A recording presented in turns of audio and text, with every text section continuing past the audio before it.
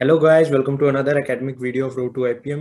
And my name is Aaron Goel, and today we are going to discuss the second part of the time, distance, and speed, which will include the questions of Gaussian streams, the circular motion, and some other general questions. In the first part, we covered the questions about races and games, the trains, and the other general questions. अगर आपने वो video नहीं देखा तो link will be in the description. वो video भी जाके देख लेना.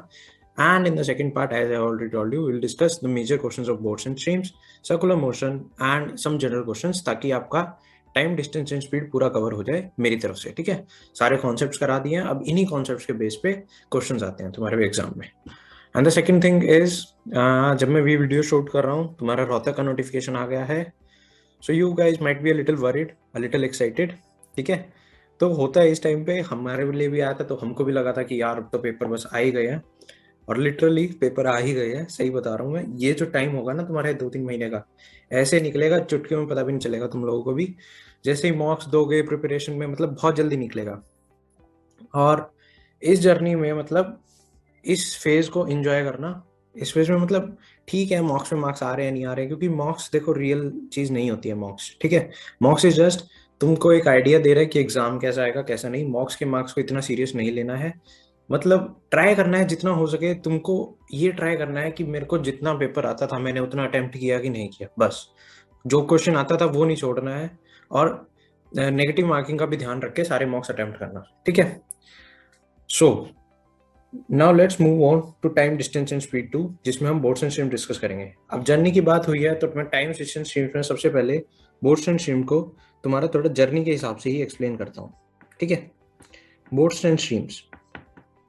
सो देखो क्या होता है इन लाइफ, क्या क्या चीजें होती हैं। एक चीज होती है कि यार तुम्हारे हिसाब से सारी चीजें हो रही हैं। ठीक है, सो जब तुम्हारे हिसाब से चीजें होने लगती हैं तो your life moves on a smooth easy pace. ठीक है, मस्त आराम से चलने लगती है। ठीक है, you face no obstacles and no hurdles, तो तुम्हारी लाइफ इजीली मूव ऑन करती रहेगी at a very huge pace. ठीक है, काफी ज्यादा पेस पे वो मूव करती रहेगी। Same happens in the case of boat. When the boat moves in the same direction as the stream, तो दोनों जब सेम डायरेक्शन में जा रहे हैं, एक ही बहाव में जा रहे हैं, वो कहते नहीं भावना में बह गया, तो बह जाना मतलब ये सेम डायरेक्शन में जब जा रहे हैं तो इनका स्पीड ऐड हो जाएगा। तो down stream will be speed of the boat, speed of the boat plus speed of the stream. ठीक है, ये बी है, मेरे को मैं करेक्ट कर देता हूँ। So this is speed of the boat plus speed of the stream. इसको जनरली हम एक्स प्लस वाई भी लिख देते हैं, लेकिन ये speed of the boat plus speed of the stream, ये down stream.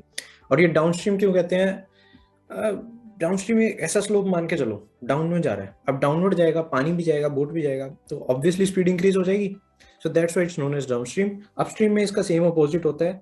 When you in life face obstacles, जब तुमको हर्डल्स आती है, कोई दिक्कत आती है, तो तुम्हें लगता है यार सब कुछ रुक गया है ना। काफी फिल्मी हो रहा है ना, लेकिन होता है ऐसा कि मतलब सब कुछ रुक गया है यार, ये टाइम पास ही नहीं हो रहा है। कोई बोरिंग क्लास में बैठो, तुम्हें लगेगा यार पास ही नहीं हो रहा टाइम। ठीक है, तो ये होता है अपस्ट्रीम। इसमें क्या होता है कि स्पीड क्या रह जाती है, बोट माइनस स्ट्रीम। ठीक है, क्योंकि स्ट्रीम इस डायरेक्शन से जा रहा है, बोट इस डायरेक्शन से जा रहा है, तो उन दोनों का स्पीड कम हो जाता है। अल्टीमेटली जो नेट स्पीड निकलता है वो बोट का कम हो जाता है। कितने से? जो स्ट्रीम का स्पीड जा रहा है, जो करंट का स्पीड है, उससे कम हो जाता है। So that is known as upstream. इसको बी माइनस एस लिखते हैं और एक्स माइनस वाई। तो यही मेजर कॉन्सेप्ट था। और सर्कुलर मोशन का जो कॉन्सेप्ट आएगा वो मैं आगे वीडियोस में बताऊंगा, आगे मतलब क्वेश्चन जब करेंगे तभी बताऊंगा। अभी let's move on two questions. ठीक है, हम क्वेश्चंस करते हैं, क्वेश्चन से ही एक्सप्लेन होगा अच्छे से। नाउ द फर्स्ट क्वेश्चन और द 21st, क्योंकि पिछले वीडियो में मैंने 20 क्वेश्चंस कराए थे, अगर नहीं देखे हो तो देख लेना प्लीज। ठीक है, so the first question, a boat moves down stream at 1 kilometre in 5 minutes. तो डाउन स्ट्रीम वो जा रहा है, यानी कि एक्स प्लस वाई क्या हो रहा है, 1 किलोमीटर इन 5 मिनट्स। अब 1 किलोमीटर इन 5 मिनट्स, तो इसका टोटल स्पीड क्या आ गया पर आवर के हिसाब से? पर आवर के हिसाब से क्या आ गया, 12 किलोमीटर पर आवर। अगर ये समझ नहीं आया, पिछला वीडियो देखना, उसमें मैंने सब कुछ बताया हुआ है कैसे आता है। ठीक है, and the next thing, upstream क्या है, यानी कि x माइनस वाई। यह याद रखना, ये क्या है, y क्या है, y यहाँ पर है स्पीड ऑफ द करंट, और x क्या है, स्पीड ऑफ द बोट, ये याद रखना। ठीक है, एंड x माइनस वाई क्या है, 1 kilometre in 12 minutes. 1 kilometre in 12 minutes means 1 kilometre in 12 minutes means 5 kilometre per hour speed होगी। If the speed is 5 kilometre per hour in the upstream, downstream में 12 kilometre per hour, हमको बताना है speed of the current, हमें y की value निकालनी है बस। अब तो ये दो इक्वेशन आ गई है, इनको एलिमिनेट कर दो। इनको एलिमिनेट कर देंगे तो क्या आ जाएगा, 2y equals to 12 minus 5 7 and y is equal to 3.5 kilometre per hour. तो that is our speed of the current. ठीक है, ये इंट्रोडक्टरी क्वेश्चन था, आसान क्वेश्चन था, ऐसा आएगा नहीं, मुश्किल है, लेकिन ये तुम्हारे कॉन्सेप्ट क्लियर करने के लिए था कि ऐसे ऐसे ये होती हैं चीजें. So 3.5 kilometre per hour done. Now move on to the next question. A man can row 15 km per hour in still water and he finds that it takes him twice as much as time to row up as to row down the same distance in the river. अब distance same है, so let us take distance as d. d distance ले लेते हैं और अब हम इसको थोड़ा ध्यान से करते हैं. पहला मैं करूंगा जो नॉर्मल मेथड से करेंगे, दूसरा करेंगे कि एक आईपी मैट एस्पिरेंट को कैसे सोचना चाहिए इस क्वेश्चन को. ठीक है, सो इसमें क्या कह रहा है कि अपस्ट्रीम में जो है वो ट्वाइस ऑफ द टाइम लग रहा है एज कंपेयर टू डाउनस्ट्रीम. ठीक है, सो डाउनस्ट्रीम में जो भी टाइम लगेगा, a man can row 15 kilometre in still water, this is the speed of the boat. ठीक है, so let us assume 15 plus x, downstream का स्पीड प्लस x होगा, या y ले लो, y ले लो, तुम्हें कंफ्यूजन नहीं होगा, y ले लो इसको ना, तो ये हो जाएगा 15 प्लस y. एंड अपस्ट्रीम का स्पीड क्या होगा, d अपॉन में 15 माइनस y. अब this is twice of this, ये हमको गिवन है. ठीक है, ये हमको गिवन है, तो हमें अब स्पीड ऑफ द करंट बताना है. ठीक है, बस इसको इक्वेशन को सॉल्व कर लो. 30 minus 2y is equal to 15 plus y and this will be equal to I guess 3y is equal to 15 और y इज इक्वल टू 5. ठीक है, ये आ गया डी ऑप्शन. ठीक है, तो ये तो हमने चलो कर लिया कॉन्सेप्ट से. अब हम करते हैं कि यार ये ऑप्शन से हो सकता है, देखते हैं इसको. देखो, a man can row 15 kilometre per hour in still water. अब देखो, हमें पता है कि टाइम ट्वाइस लग रहा है, तो कहीं ना कहीं 2 का रिलेशन आना चाहिए, ट्वाइस का रिलेशन आना चाहिए. अब हम लुक करते हैं ऑप्शंस को. 15 में हमको दिया हुआ है स्टिल वाटर का स्पीड, यानी कि बोट का स्पीड. उसके बाद हम स्पीड ऑफ द करंट देखते हैं. अगर डिस्टेंस सेम है तो मतलब जो भी डिफरेंस आएगा वो स्पीड से ही आएगा. स्पीड अगर डबल होगी तो टाइम हाफ होगा, स्पीड अगर हाफ होगी तो टाइम डबल होगा. ठीक है, क्योंकि डिस्टेंस सेम है. तो अब हम ध्यान से देखते हैं, अगर ये 6 किलोमीटर पर आवर है तो इसका डाउनस्ट्रीम का स्पीड क्या होगा, 21. अपस्ट्रीम का स्पीड क्या होगा, 15 माइनस 6 इज 9. ठीक है, तो हम इसमें कोई डबल का रिलेशन नहीं दिख रहा. ठीक है, same is with option B and option C, इसमें कोई भी डबल का कॉन्सेप्ट नहीं लग रहा है. ऑन द अदर हैंड अगर हम ऑप्शन डी उठा के देखते हैं तो ऑप्शन डी में डाउनस्ट्रीम का स्पीड क्या हो जाएगा, 20, और अपस्ट्रीम का स्पीड क्या हो जाएगा, 10. बन गया डबल. ठीक है, स्पीड डबल होगी, टाइम हाफ हो जाएगा, और ऐसे भी हो सकता है क्वेश्चन. ठीक है, सो इसीलिए इस क्वेश्चन को दोनों तरह से कर सकते हो. मतलब उससे भी ऐसी बात नहीं है, टाइम ज्यादा, थोड़ा सा टाइम सेव हो सकता है अगर तुम ऑप्शन से जाओगे तो. ठीक है, ध्यान लगा के करना पड़ता है. Moving to the next question. Here it is given the speed of the boat in upstream is 2 by 3 of that of downstream, यानी कि x minus y is 2 by 3 of x plus y, है ना.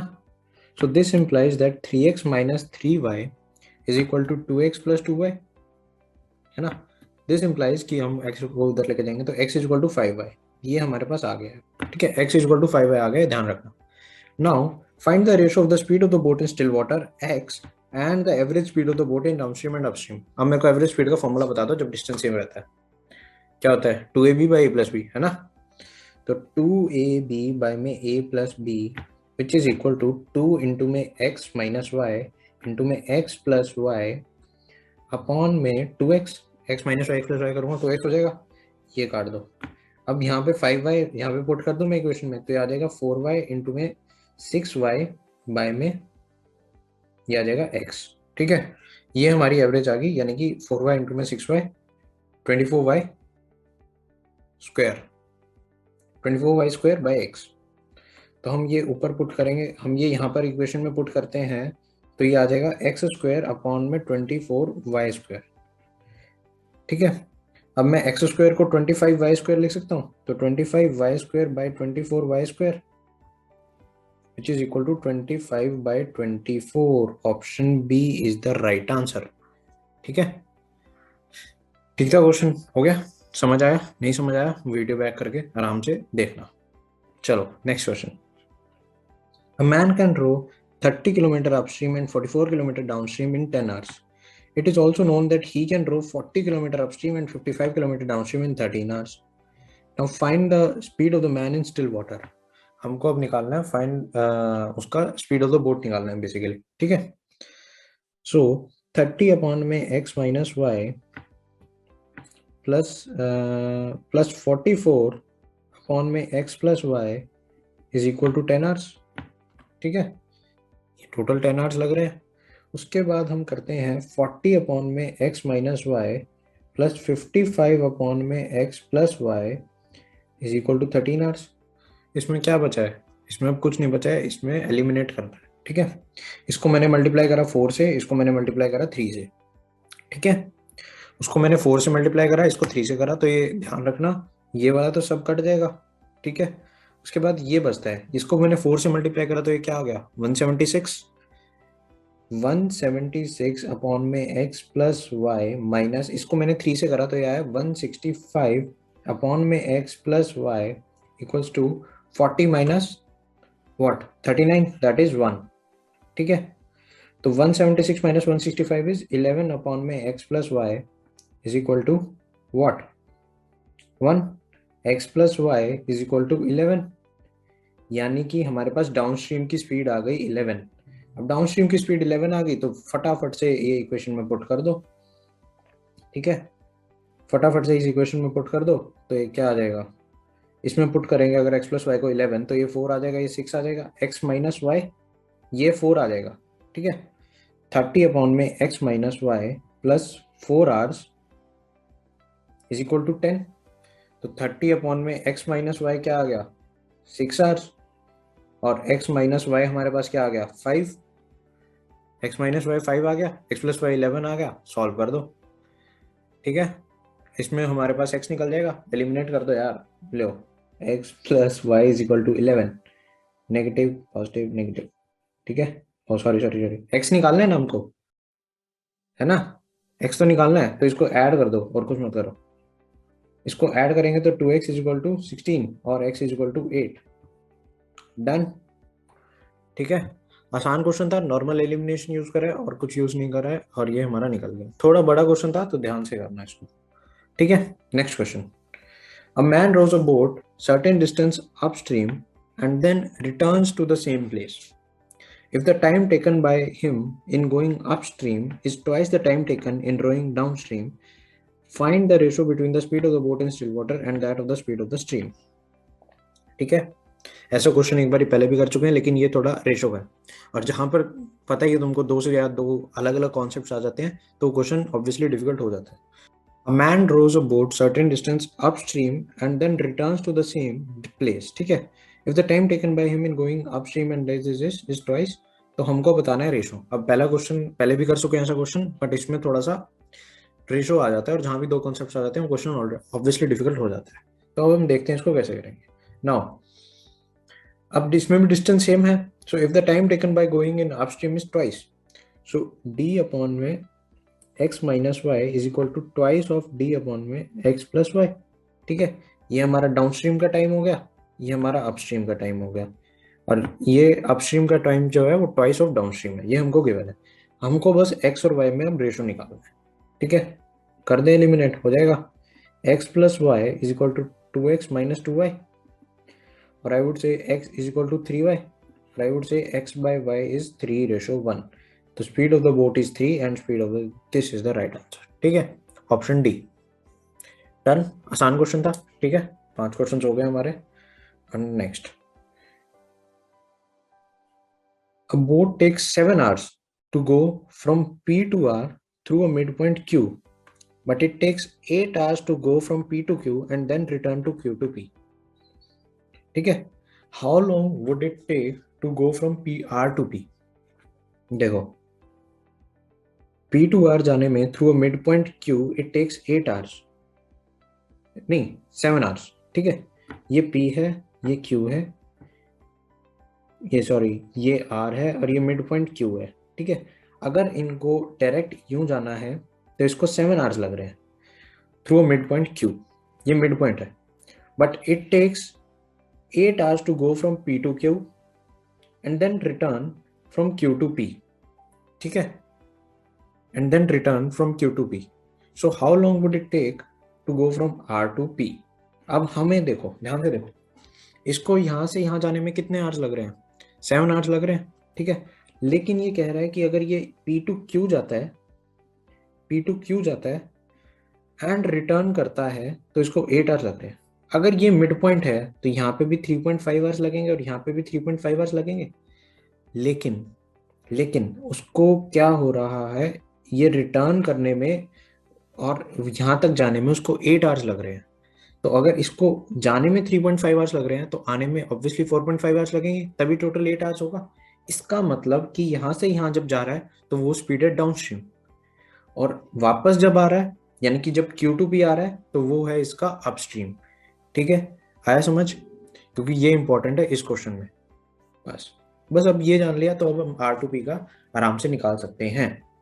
बस main part यही था question का, ये समझना जरूरी था। अब तो हम कर लेंगे कि लेट अस अज्यूम ये डिस्टेंस d था हाफ वाला और ये भी d था, तो टोटल डिस्टेंस हो गया 2d। ठीक है, अब इसको, इसकी डाउनस्ट्रीम की स्पीड क्या है हमारी 2d/7, और अपस्ट्रीम की स्पीड कैसे निकलेगी, इसका स्पीड क्या है d बाय में 4.5, क्योंकि ये 4.5 आवर्स लग रहे हैं तो 2d डिस्टेंस कवर करने में ऑब्वियसली बात है डबल टाइम लगेगा। ठीक है, तो 9 आवर्स लगेंगे। डन, 9 आ गया, बढ़े आगे। ठीक है, क्वेश्चन अच्छा था, थोड़ा सा ध्यान रखना है इसमें कि उसको हैंडल कैसे करना है, वो अपस्ट्रीम और डाउनस्ट्रीम कैसे निकल के आएगा वो ध्यान रखना है। ठीक है, next question. Two boats are rowing in a stream heading towards each other. They are moving towards each other. When they started, the distance between them was 25 kilometers per hour. दो boat, they are moving towards each other 25 kilometer per hour. 25 kilometer is the distance, sorry, not per hour. 25 kilometer is the distance between them. ठीक है, ये A है मान लिया और ये B है। Now, the speed of the stream is 5 kilometer while each boat has a speed of 10 kilometer per hour. अब कोई भी डाउनस्ट्रीम अपस्ट्रीम जा रही है, एक बोट डाउनस्ट्रीम जाएगी एक बोट अपस्ट्रीम जाएगी, ये इंप्लाइड है यहाँ पर। तो ऑब्वियसली बात है कि and the speed of the boat, तो एक की स्पीड होगी 15 और एक की स्पीड होगी 5, और हमारा रिलेटिव स्पीड ये हमने निकाला था पिछले जो भी क्लासेस हुए हैं उनमें निकाला था। तो ये 15 + 5 रिलेटिव स्पीड हो जाएगी 20, because they are moving in the same direction. ठीक है, तो रिलेटिव स्पीड हमारी आ गई 20। Now what is the gap between the boats 1 minute before the meet? 1 minute before the meet, ये कितना गैप होगा? सबसे पहले तो इसको करने के भी दो तरीके हैं। तो इसमें पहला तरीका है कि तुम पहले पूरा डिस्टेंस मतलब निकालो कितने टाइम में कवर करता है, उसके बाद उसको निकालो, वैसे वैसे करके, वो लंबा तरीका है। दूसरा तरीका है कि हमको पूछा है 1 मिनट बिफोर द मीट। अब 1 मिनट बिफोर द मीट इसको हम डायरेक्ट भी तो कर सकते हैं, डायरेक्ट 1 मिनट में जितना डिस्टेंस कवर करा वो निकाल लो। ठीक है, एक ही बात है। तो अब 1 मिनट में वो कितना डिस्टेंस कवर कर रहा है, रिलेटिव स्पीड है 20 किलोमीटर पर आवर, तो 1 मिनट में 20/60, दैट इज 1/3 किलोमीटर। ठीक है, easy question, done. A person goes downstream at a speed of 15 kilometre per hour, तो डाउनस्ट्रीम का स्पीड क्या है 15 kilometre per our. His speed decreases by 2/3 when he goes upstream. His speed decreases by 2/3 यानी कि 15 minus 2/3 of 15 यानी कि तो ये हो जाएगा 5। तो अपस्ट्रीम का स्पीड आ गया 5। ठीक है, now what is the net speed of his boat when it travels upstream at twice the stream speed? Okay, तो बस हमको अब स्ट्रीम का स्पीड निकालना है, उसके बाद ट्वाइस करना है, और उसके बाद हमको net speed of the boat निकालनी है। तो हमारे पास क्या गिवन है, x + y = 15, x - y = 5। यहाँ से हमको स्पीड ऑफ द स्ट्रीम निकालना है, स्पीड ऑफ द स्ट्रीम निकालेंगे हम, तो ये आ जाएगा हमारे पास 2y = 10 और y = 5। If y = 5 then x = 10। तो अब हमें क्या बताना है, अगर हमारी speed of the stream twice हो जाएगा तो यानी कि स्पीड ऑफ द स्ट्रीम भी 10 हो जाएगा, तो अब अपस्ट्रीम में कैसे चलेगी वो। अब देखो, अगर स्पीड ऑफ द स्ट्रीम भी 10 हो गया और स्पीड ऑफ द बोट भी 10 हो गया तो अब चल ही नहीं पाएगी ना वो, नेट स्पीड 0 आ गई, क्योंकि हमारी अपस्ट्रीम का क्या फॉर्मूला होता है x - y, और x - y 10 - 10 इज 0। ठीक है, डन, ऑप्शन ए। ठीक है जी, 0 किलोमीटर पर आवर आंसर आ जाएगा हमारा ऑप्शन ए। चलो।